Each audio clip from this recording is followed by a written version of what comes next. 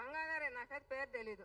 ఆయన గారిని కూడా నేను మరీ ఏడుకుంటా ఉన్నాను. ఈరోజు నాకు మంచివాడు ఆయన. ఆయన మీ కష్టం చూస్తే మిమ్మల్ని మీకు న్యాయం చేస్తాడని కూడా అందరూ కూడా నాకు ఇద్దరు ముగ్గురు చెప్పారు. నాకైతే తెలీదయ్యా వాళ్ళ ఎవరో కూడా. ఆయన ప్రభాస్ గారు కూడా మంచోడనే చెబుతా ఉన్నారు. మేము ఆయన కూడా ఏడుకుంటా ఉన్నాము.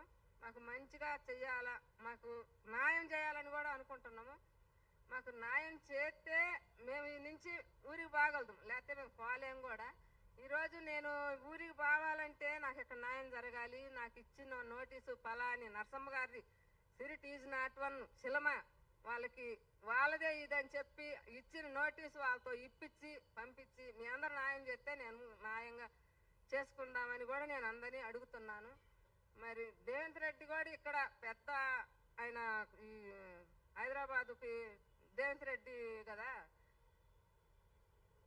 ఆయన్ని కూడా చేతులు జోడించి అడుగుతున్నా నేను. నాకు ఒక చదువు లేదు, చదువు లేని దాన్ని రైతు పని చేసుకుంటా, ఒక కూలి పని చేసుకుంటా నేను ఒక సినిమా చేయాలని కూడా కష్టం కాకుండా నా ఇష్టంతో చేసుకున్నా. మా ఇంట్లో మా పిల్లోలని మా ఆయన్ని అందరినీ కూడా ఒప్పించుకొని సినిమా చేసుకున్నా.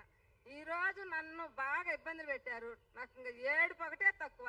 నేను ఏడ్చినా కూడా నాకేం అవ్వదు. ఏం చేశాను నా వల్ల ఏది కాదు. ఏ దారి లేదు, అన్ని దారులు మోసపోయాను. ఏ దారి పోయి అడగాలని కూడా ఎవరు నాకు డబ్బులు లేరు. ఈ నెల కాబట్టి ఈ తీపి నెలని నేను సినిమా రిలీజ్ చేసుకుంటా. నాకైతే అందరూ కూడా సాయం చేయాలని కోరుకుంటున్నా.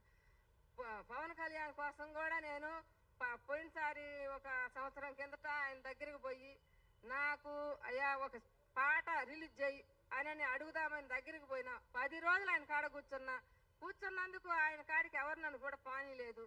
ఇంకా నాకు ఆయన సాయం నాకు అందదేమోలే, ఆయన ఒక దేవుడు అనుకొని పోయా, నాకు సాయం అందదులే అని చెప్పి నేను ఇంటికి వచ్చి ఆ రోజు.